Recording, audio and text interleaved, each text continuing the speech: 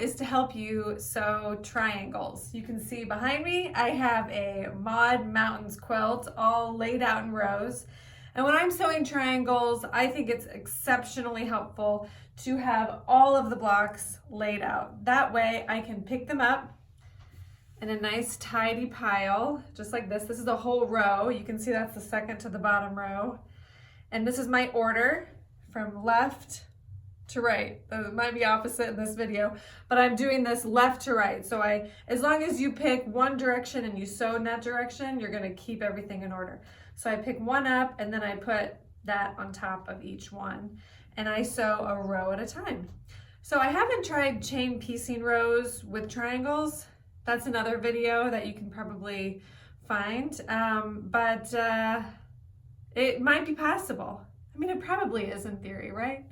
Anyway, this is just to help anyone who's never sewed triangles together before because, you know, there's a little bit of a trick to it.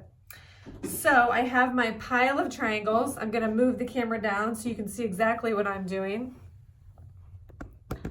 Let's see, here we go. You can see my pile of triangles here. And this is a notion that I love. It's my handy dandy magnetic snap bracelet. Oh, and I just have to tell you, I always do this in my videos. Or I go up and I go down. I'm very much eight months pregnant, so I am gasping for air quite frequently. So if I'm, you know, in the middle of a huge monologue about, I don't know, triangles, and you feel like I'm also running a marathon, I guess in a way I am. Yeah, I am. Okay, so.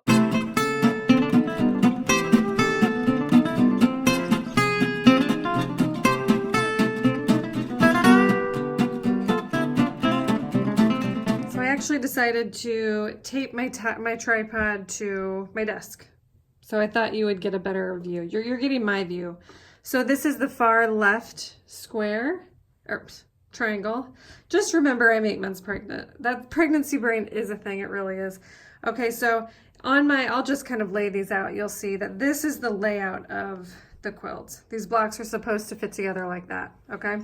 So I'm gonna move this back to its pile, block 1 and 2. I'm gonna flip right sides together. And for this first one, I am going to line up right sides together, these raw edges. That's all I'm gonna do. The first one's the easy one. Well, they're all easy.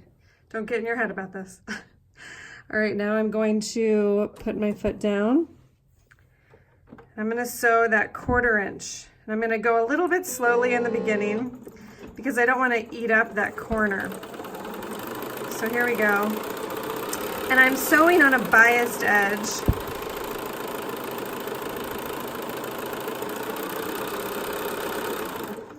Now a biased edge is nothing to be scared of. It just means that it's not cut on grain. It's cut a little bit off grain, so it has some stretch to it. Nothing to be scared of. Okay, so I open this up and look at that. Now I have my first seam done, and I'm gonna iron towards this brown fabric. So I'm gonna go to my iron and I'm gonna iron it just like that. Okay, so I have my seam nicely pressed. I use my tailor's clapper. There's another video on that, but you can, oh, well, that's okay. You can see that the seam is facing the darker fabric. That's just in case there's some little loose threads. I don't want it trapped under the lighter fabric because you can kind of see that sometimes after everything's been sandwiched and quilted together. Okay, what do we have here? Little teeny dog ears. That is the, I don't know the technical term. I really don't know why we call it dog ears. And I hate that we're always snipping off the dog ears, but that's what we do. We're snipping them. We're snipping them right off. And you can snip this one off. Yep, we'll do that. Might as well. Okay, what's next? The next triangle. This is the only part that could get tricky. As you can see, look at that fitting together. You have a bit of a tail. Okay, so already we snipped those dog ears off. These aren't lining up perfectly. That's totally okay. That's actually exactly what we want. So we're gonna flip right sides together. And the corners we are going to match are these two corners right here. So where there's a seam is where I want to have a 1/4 inch overhang. just like that. So we are on track. This is looking really good. I'm going to stick a pin in this. One pin is usually enough for me. All right, now I'm going to sew that 1/4 inch seam.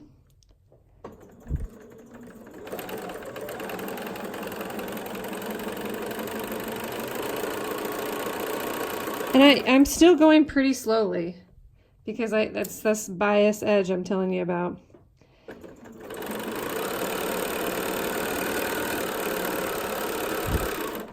Okay, now a lot of people, when they're sewing triangles together, they choose to sew or to iron their seams open. That is a great option. You can do that as well. That'll have your blocks laying nice and flat. Just because I'm a little bit of a weirdo and a stickler for those dark threads that can get trapped, I still am going to iron my seam toward the darker triangle, even though that's going to give me a little bit of bulk right here. I'm okay with a little bit of bulk because I'm using my tailor's clapper, and that's going to keep things nice and flat. And I really hate those dark threads escaping. They're my nemesis. Okay, I'm gonna go iron this and then we'll be back. We're back, and look at this. Look at that top bit. We technically don't have a dog ear, but you know what we do have is a beautiful 1/4 inch seam. So I know when I sew this row to the next row, that tip, that triangle tip, is going to butt up against the next row perfectly. Oh, but we do have a little dog. I'm gonna name this something else, even a cat ear. Sorry, cats. I do love cats, but I love dogs. Okay, so we're just gonna keep on trucking on, doing the exact same thing we've been doing. Here's our next triangle. Okay, so we're gonna line up these 2 little tips, or tippy tips, or triangle tips. Line them up. And once again, once we line up those raw edges, you will see we have that 1/4 inch overhang. Exactly what we want.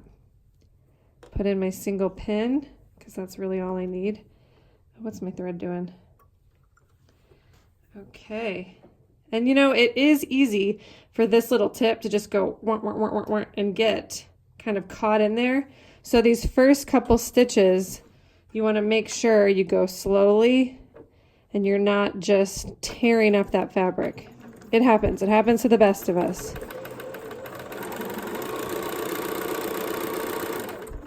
Oh, you know what I'm noticing when I sew? This video just vibrates like crazy. Apologies. Maybe take some Dramamine. I think that's for seasickness. Maybe I'll put a disclaimer. This video can cause nausea.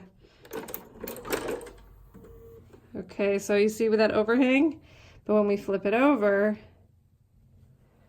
we're just going to be getting that beautiful 1/4 inch right down here, that 1/4 inch seam allowance. So I'm going to iron it, and you can see exactly what I'm talking about. So I've got my 2 little extra triangles that I snip. I like to keep a nice pair of fabric scissors handy, just pretty close. And all I'm gonna do is just take my next triangle, and you know the drill. We're just gonna keep on going down the line. And pop quiz, which tip do I line it up with? It's the bottom. It's the bottom. So always the tip that's kind of that light, non-sewn tip. Because up here where your seam allowance is where you want that 1/4 inch overhang. It's either up or it's down. But these unfinished tips are what you want to line up. So I'm just going to keep sewing along. And you can see how easy it is.